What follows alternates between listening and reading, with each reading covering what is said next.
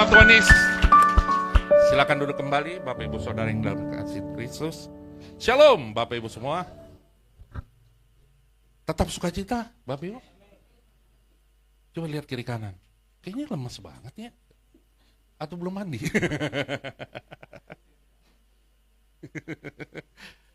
Saya percaya Bapak Ibu, walaupun sekarang udah tahun 2025, tetap semangat Bapak Ibu ya. Saya percaya tema bulan Juni ini adalah puasa doa. Pertanyaannya adalah, masihkah engkau berdoa? Atau engkau banyak komplain, mengeluh terus kepada Tuhan? Hari-hari ini cenderung manusia banyak mengeluh, ya. Karena kenapa Bapak Ibu? Keadaan situasi ekonomi, ya, bukan hanya di Republik Indonesia, tapi seluruh dunia secara global itu tidak enak. Pertanyaannya, masih adakah harapan di dalam Tuhan? Pasti. Yeremia 33 ayat 3 katakan, berserulah kepadaku, maka aku akan menjawab engkau dan memberitahukan kepadamu hal-hal yang besar, ya. Hal-hal yang besar. Waktu kita berseru kepada Tuhan, bukan hal-hal yang kecil, tapi hal-hal yang besar. Yaitu yang tidak kau tahu dan yang tidak kau pahami. Lihat, Tuhan kita Yesus Kristus, dia memberikan yang the best, yang terbaik. Bukan sekedar cuma-cuma aja. No. Nah, saya ajak saudara kita buka dulu ini presentasinya. Bisa lihat? Nah, hari ini saya ingin menyampaikan tema khotbah hari ini adalah kekuatan dahsyat sebuah doa. Silakan next slide-nya.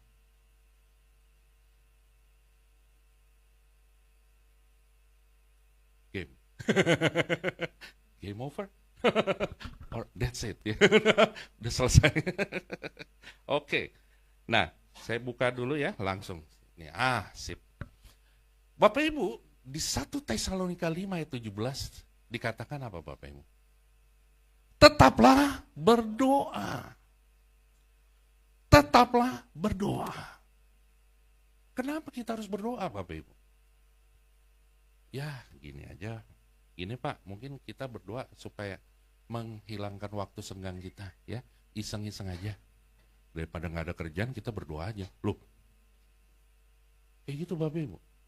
Mumpung Pak, habis di PHK saya banyak doa aja. Lah, dulu waktu kerja nggak doa.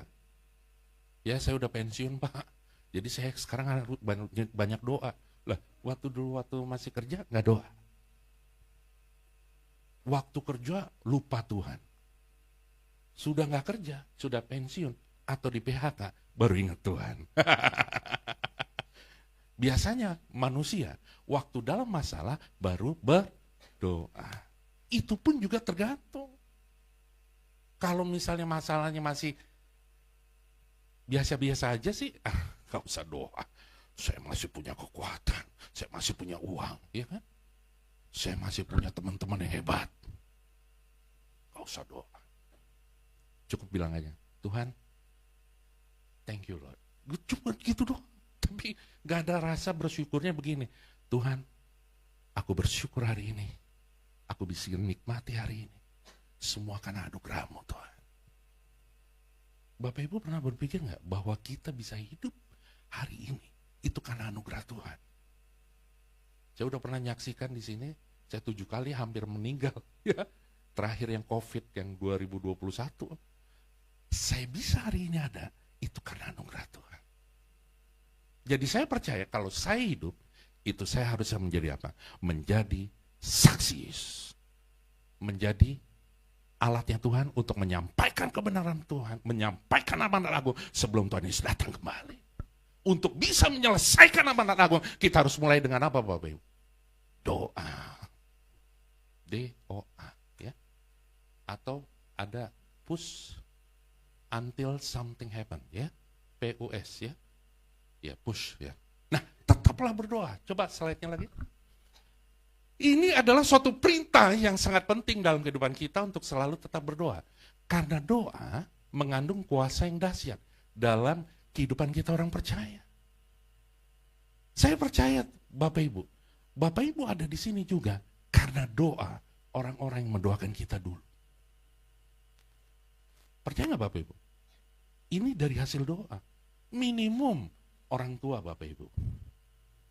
Minimum juga suami atau istri dari Bapak Ibu. Atau mungkin juga teman-teman kita di pelayanan. Jangan menganggap Bapak Ibu saya bisa sekarang hari ini ada, itu karena bukan doa orang lain. Atau bukan karena doa kita. Doa kita itu diperhitungkan Tuhan kalau kita berdoa dengan iman Bapak Ibu. Pertanyaannya adalah, apa pentingnya doa ini? Coba slide-nya lagi. Apa yang kita dapatkan dengan tetap berdoa Bapak Ibu? Hasilnya biasa aja Pak, saya udah doa puluhan tahun Pak.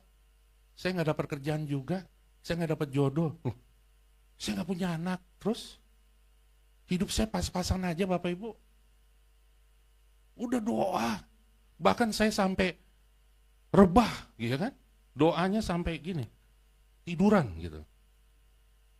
Bahkan guling-guling, ada orang seperti itu. Bahkan sampai teriak berseru sama Tuhan. Gak ada mujizat Bapak Ibu. Nah pertanyaannya, doamu itu sudah benar di hadapan Tuhan atau tidak? Karena doa kalau kita lakukan untuk keinginan daging kita Bapak Ibu, doamu tidak akan jawab. Tapi waktu engkau berdoa, engkau memuliakan Tuhan, doamu pasti dijawab. Makanya Yakobus 5 ayat 16b dikatakan, doa orang yang benar, besar kuasa. Pertanyaannya, apakah Bapak Ibu sudah menjadi orang benar? Kan katanya doa orang benar. Apakah Bapak Ibu sudah menjadi orang yang benar? Oh, saya udah Pak, udah benar. Saya udah lakukan firman Tuhan. Perintahan nomor 1 sampai 10, saya udah lakukan.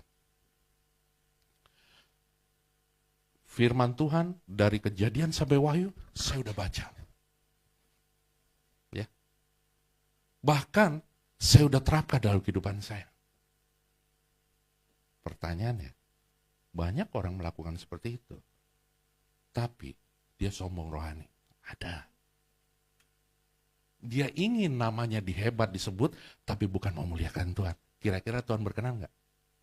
Tidak.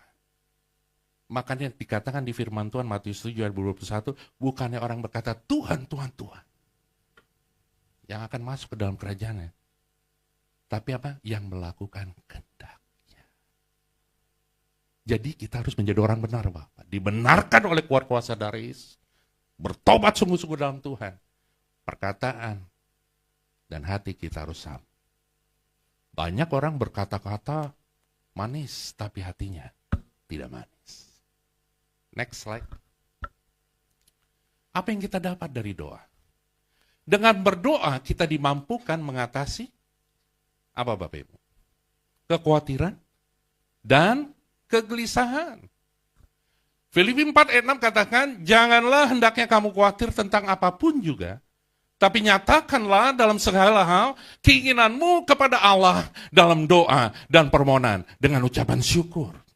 Jelas dikatakan Filipi 4 ayat 6, janganlah hendaknya kamu khawatir tentang apapun juga.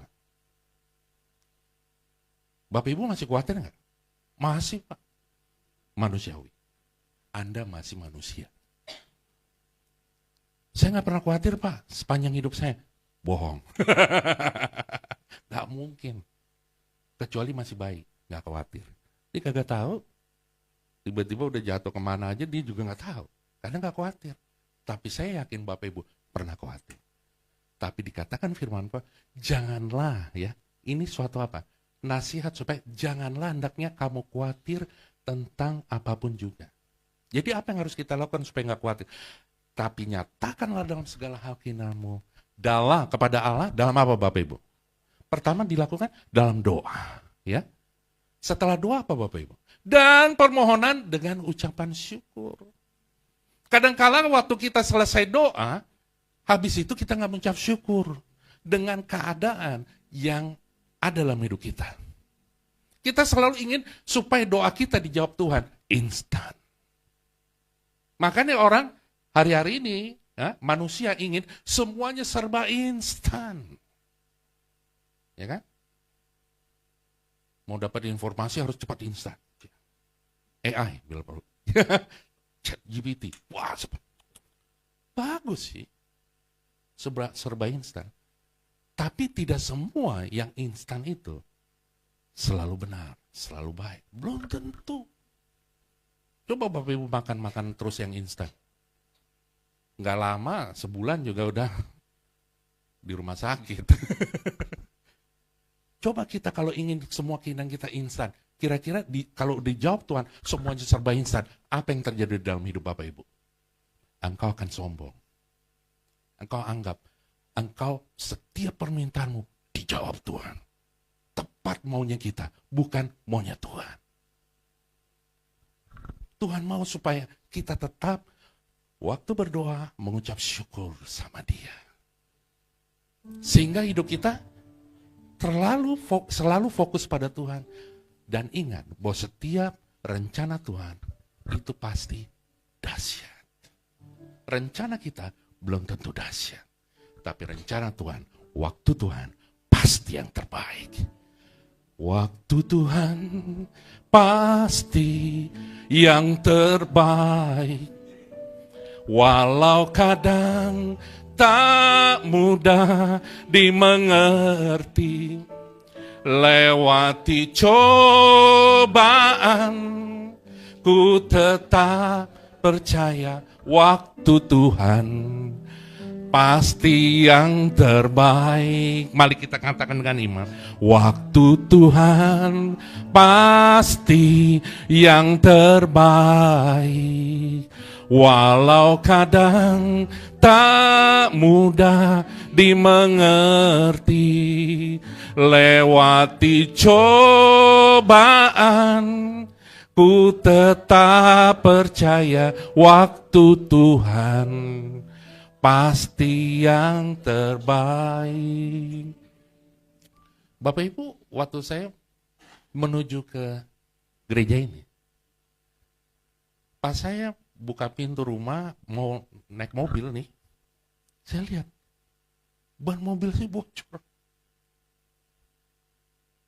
Kecenderungan manusia, nih apalagi kan harus khotbah nih, ban mobil bocor. Apa yang saya lakukan waktu itu? Tadi barusan, saya cuma Tuhan Yesus tolong.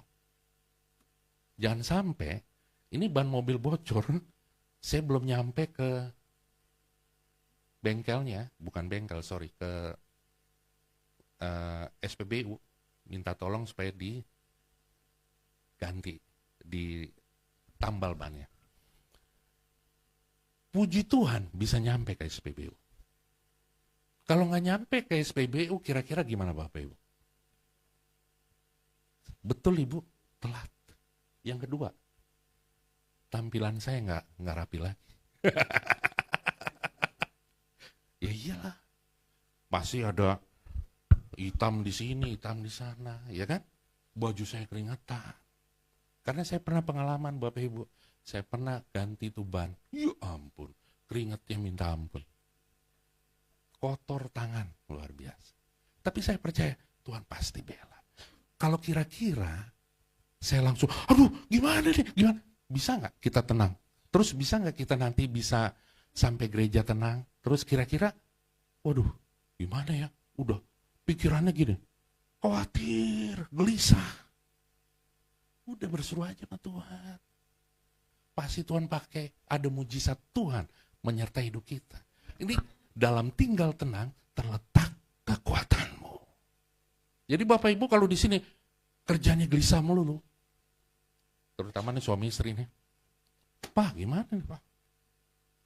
Ini kok biaya-biaya semua makin naik nih semua. Mana dong, ayo cari duit dong yang benar. Waduh, itu istri-istri kayak gitu bertobat. Ya, juga kalau bapak-bapak menuntut banyak kepada ibu-ibu juga. Mama gimana sih? Ini kan saya habis pulang kantor gini, mana dong gak ada makanannya. Bapak-bapak juga harus bertobat. Bapak dan ibu banyak ucap syukur sama Tuhan. Begitu juga anak-anak ya. Anak-anak jangan terus minta sama bapak ibunya. Harus juga prihatin misalnya kalau keadaan orang tuanya ini. Banyak ucap syukur. Enaknya adalah bapak, ibu, dan anak banyak ucap syukur bersatu dalam doa. Saya percaya waktu kita doa dalam unity, Tuhan berikan apa yang tidak pernah kau lihat dengan mata, apa yang tidak pernah kau dengar dengan telinga, tidak pernah timbul dalam hatimu. Semua yang disediakan bagi kita orang-orang yang mengasihi Dia. Beri kemuliaan bagi nama Tuhan Yesus. Jadi kalau Tuhan ngasih sama kita, itu ngasihnya apa yang tidak pernah kita lihat dengan mata, tidak pernah kita dengar, tidak pernah timbul dalam hati kita. Tuhan selalu sediakan bagi kita yang mengasihi Dia. Makanya kembali kepada tadi yang pertama, apakah engkau sudah menjadi orang benar? Iya kan? Temanya kan tadi kan kuasa doa. Subtemanya subtema kekuatan dahsyat sebuah doa. Saya ambilnya dari 1 Tesalonika 5 ayat 17. Cuma satu akhirnya, tetaplah berdoa, pusing amat sih. Karena ada orang sampai ayat itu bagus juga. Tapi saya mau cuma satu aja, tetaplah berdoa. Tadi apa Bapak Ibu yang pertama? Apa yang kita dapatkan dari doa? Dengan berdoa, kita dimampukan mengatasi kekhawatiran dan kegelisahan. Ya. Tuhan Yesus berjanji dengan berdoa, Dia akan memberikan damai sejahtera. Supaya kita bisa mengatasi rasa khawatir, berpikir dengan jernih, dan tetap stabil secara emosi. Orang yang khawatir, orang yang gelisah, biasanya emosian. Benar atau benar ya Bapak Ibu? Benar. Gelisah terus, dia marah-marah melulu. Coba lihat mukanya kayaknya sering marah gitu. Lihat kiri kanan Bapak Ibu. Wah, lo kayaknya sering marah, cemberut melulu. Makanya Bapak Ibu jangan banyak cemberut. Ya, orang cemberut biasanya bawaannya gelisah melulu. Udah gelisah, emosi. Udah itu ngeselin orang di sekitarnya. Jadi kalau ketemu orang-orang seperti itu Bapak Ibu bilangin, lu jangan emosian. Tuh kan. Lu pasti banyak pikiran nih, khawatir nih. Ya. Tapi kalau orang penuh sukacita, ya, banyak bersyukur sama Tuhan. Tantangan boleh datang, ya. Cobaan boleh datang. Tapi rohku lebih besar daripada roh yang ada di dunia ini. Itu orang benar punya mindset seperti itu. Roh dalamku lebih besar daripada roh yang ada di dunia ini. Apapun tantangan yang kita hadapi, jangan pernah takut Bapak Ibu. Engkau punya Yesus yang dahsyat, yang menciptakan alam semesta ini. Bahkan kita kan diciptakan sama Dia. Ya, harapan sama Dia aja udah pusing amat dah. Bapak Ibu, saya juga ngalamin banyak hal yang tidak enak. Lalu apakah saya langsung gitu, ya nasib. Enggak. Berseru aja sama Tuhan Yesus. Saya banyak nyembah Tuhan. Saya baca firman-Nya. Minimum saya baca firman Tuhan 10-12 pasal setiap hari. Kenapa? Supaya roh dalamku lebih besar daripada roh yang ada di dunia ini. Segala kekhawatiran, kegelisahan, itu yang membuat roh kita lebih kecil daripada yang ada di dunia. Makanya kita banyak baca firman Tuhan, renungkan firman Tuhan, lakukan firman Tuhan. Jadi pelaku firman Tuhan. Dan kita banyak muji nyembah Tuhan. Waduh, iblis mau deketin juga mikir. Ini kenapa nih? Ini orang udah gue kasih coba. Udah gue sikat sana sikat sini. Masih tetap ucap syukur sama Tuhan. Terpancar dari wajah Bapak Ibu. Wajah yang penuh ucapan syukur kelihatan. Dan ucapannya waktu berkata-kata, dia selalu memberikan semangat pada orang lain. Dia tidak akan bilang, udah lo ngapain kayak gitu. Tuhan melulu, nggak usah, doa. Ada doa di itu lo, ngapain, capek. Padahal sekarang banyak doa lewat Zoom lo. Ikut doa aja udah males. Onsite oke lah, karena kan saya kerja, iya kan. Macet minta ampun. Sekarang udah pakai Zoom, banyak.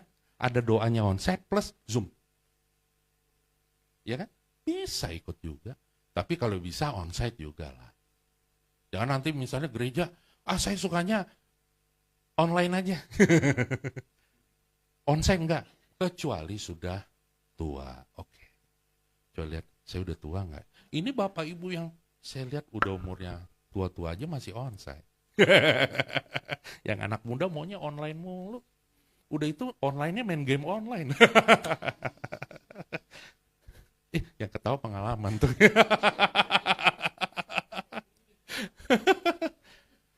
Oke, next Bapak Ibu yang kedua.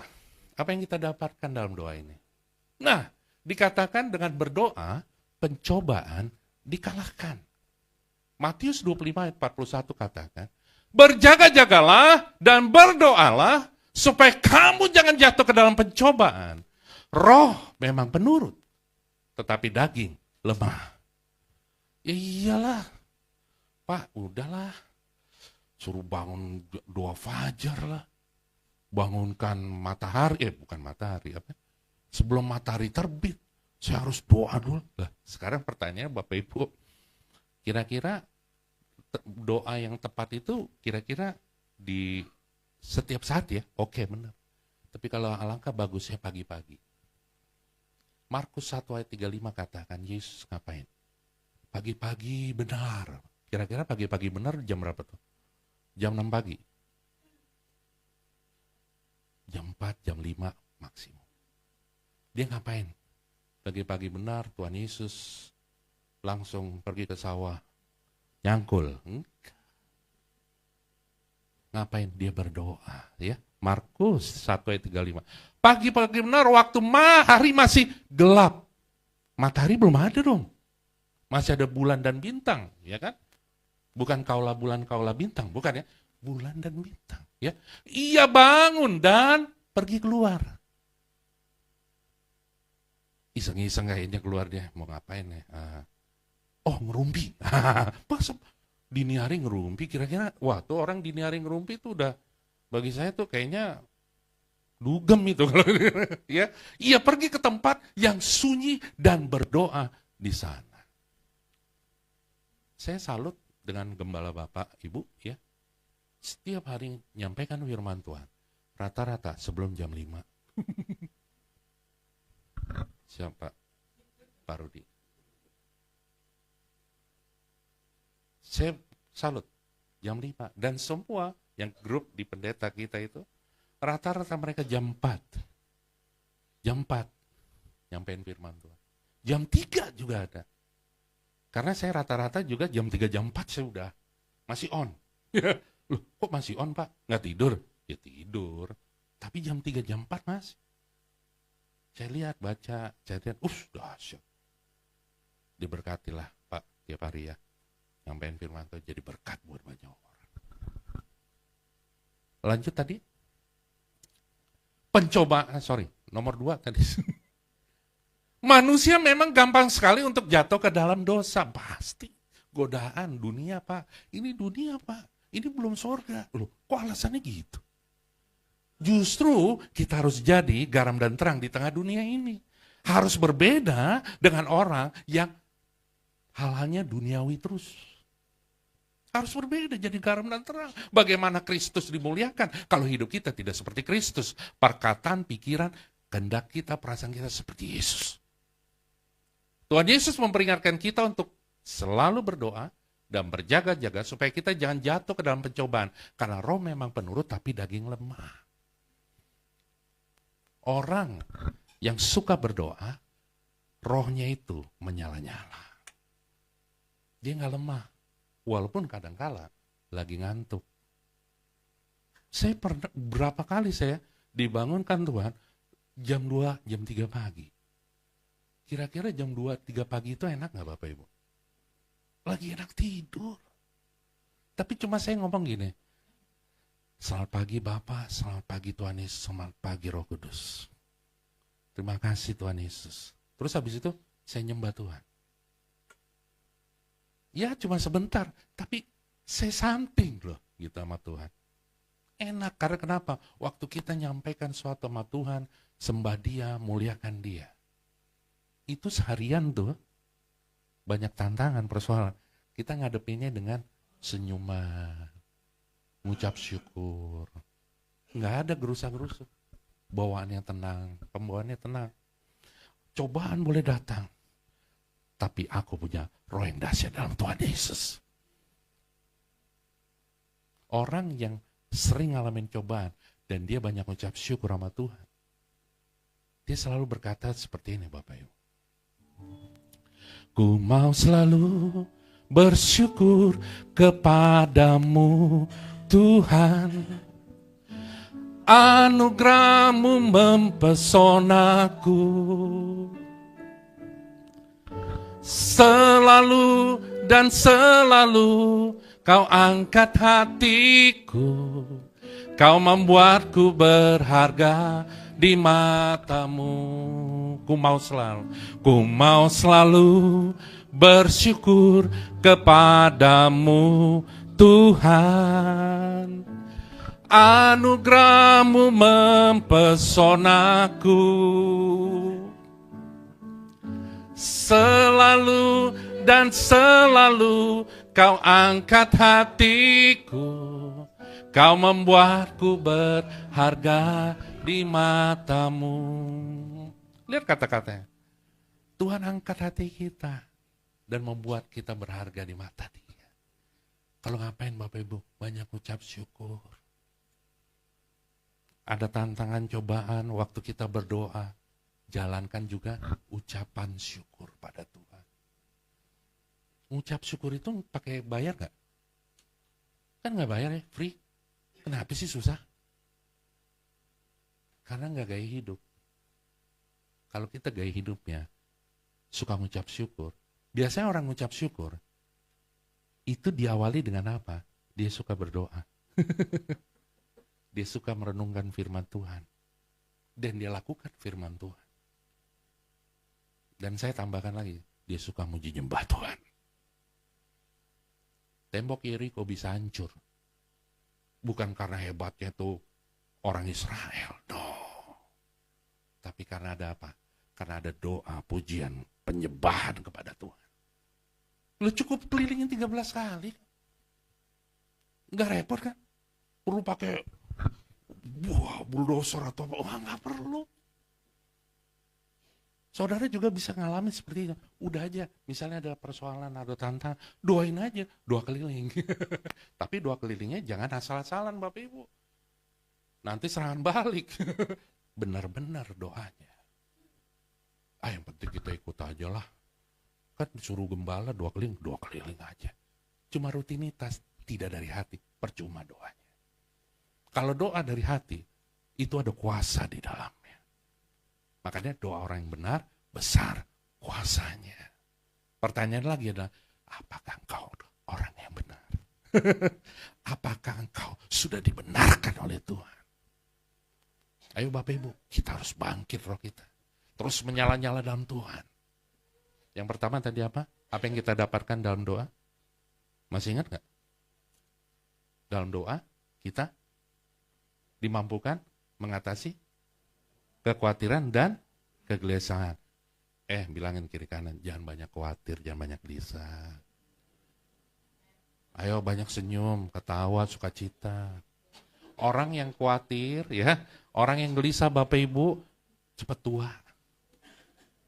Mukanya tuh umurnya masih 30, muka kayak 50 tahun. Mukanya kayak 50 tahun padahal umurnya 30 tahun. Ada nggak kayak gitu? Ada Pak di sini. Lihat dong, ada yang umurnya 80 tahun. Tapi wajahnya tetap 60 tahun. Keren. Tuh om tante di belakang saya ngeliat tuh sukacita dahsyat dalam Tuhan. Wajahnya tetap keren. Pak Gembala juga asik. Murah senyum, ya kan? Makanya pengerjanya, jemaatnya juga banyak senyum. Terlihat kok di sini. Saya melihat nih. Dari depan, belakang, kiri, kanan, atas semua. Senyum, ya kan? Jangan khawatir, jangan gelisah. Ya Bapak Ibu ya. Yang ketiga, apa yang kita dapatkan dalam doa? Dengan berdoa, kita memperoleh penghiburan. Terpujilah Allah Bapa Tuhan kita di 2 Korintus 1 ayat 3-4. Terpujilah Allah, Bapa Tuhan kita Yesus Kristus, Bapa yang penuh belas kasihan dan Allah sumber segala penghiburan, yang menghibur kami dalam segala penderitaan kami, sehingga kami sanggup menghibur mereka yang berada dalam bermacam-macam penderitaan dengan penghiburan yang kami terima dari Allah. Penghiburan sejati yang Tuhan berikan kepada kita adalah kekuatan secara batinnya dalam menghadapi cobaan.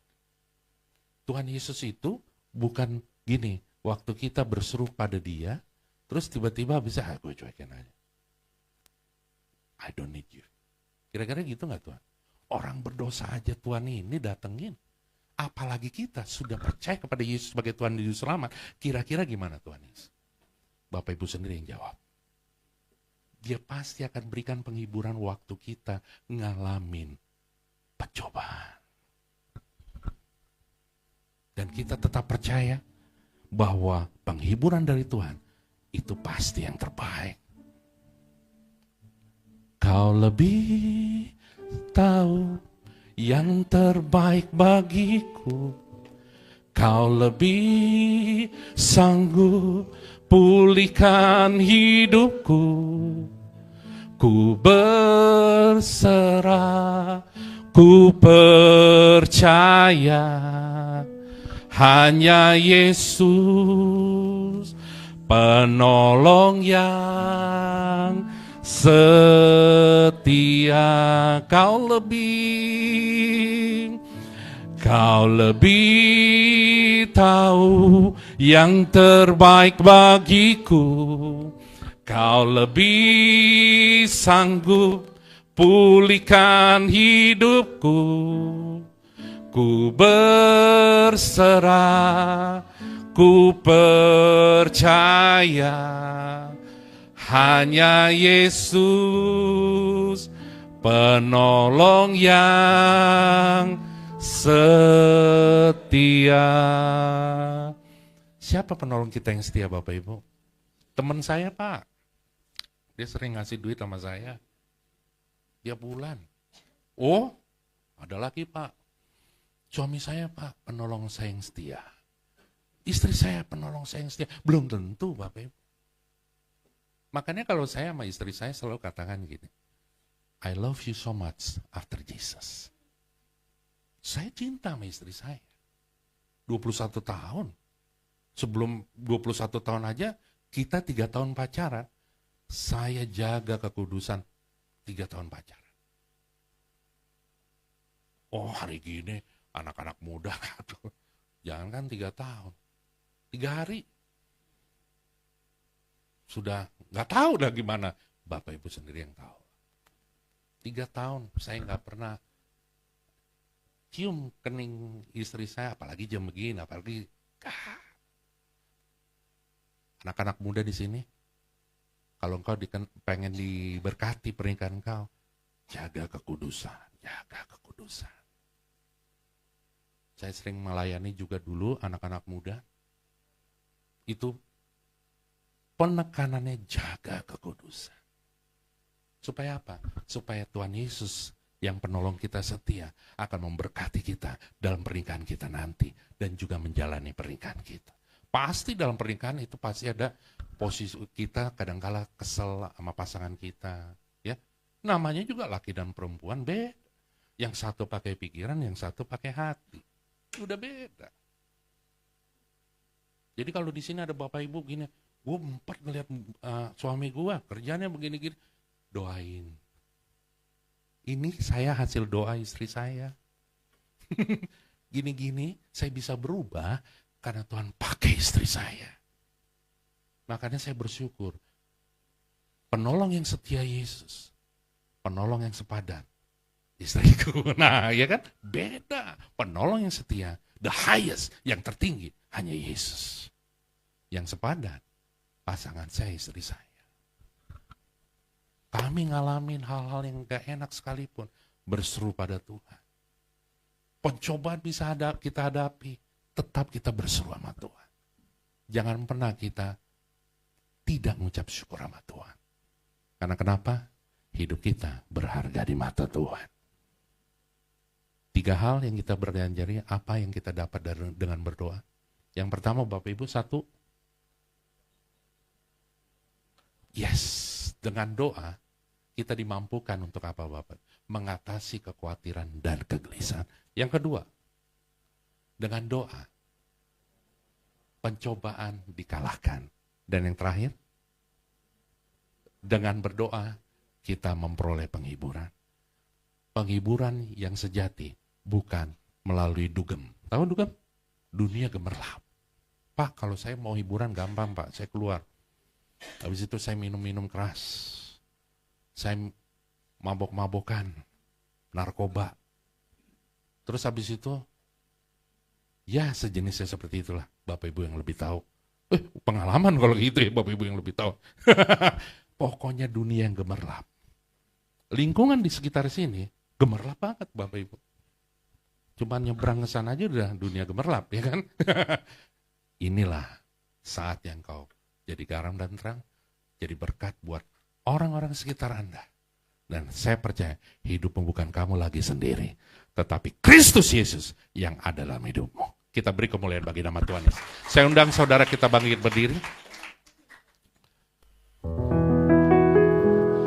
Dalam segala keadaan,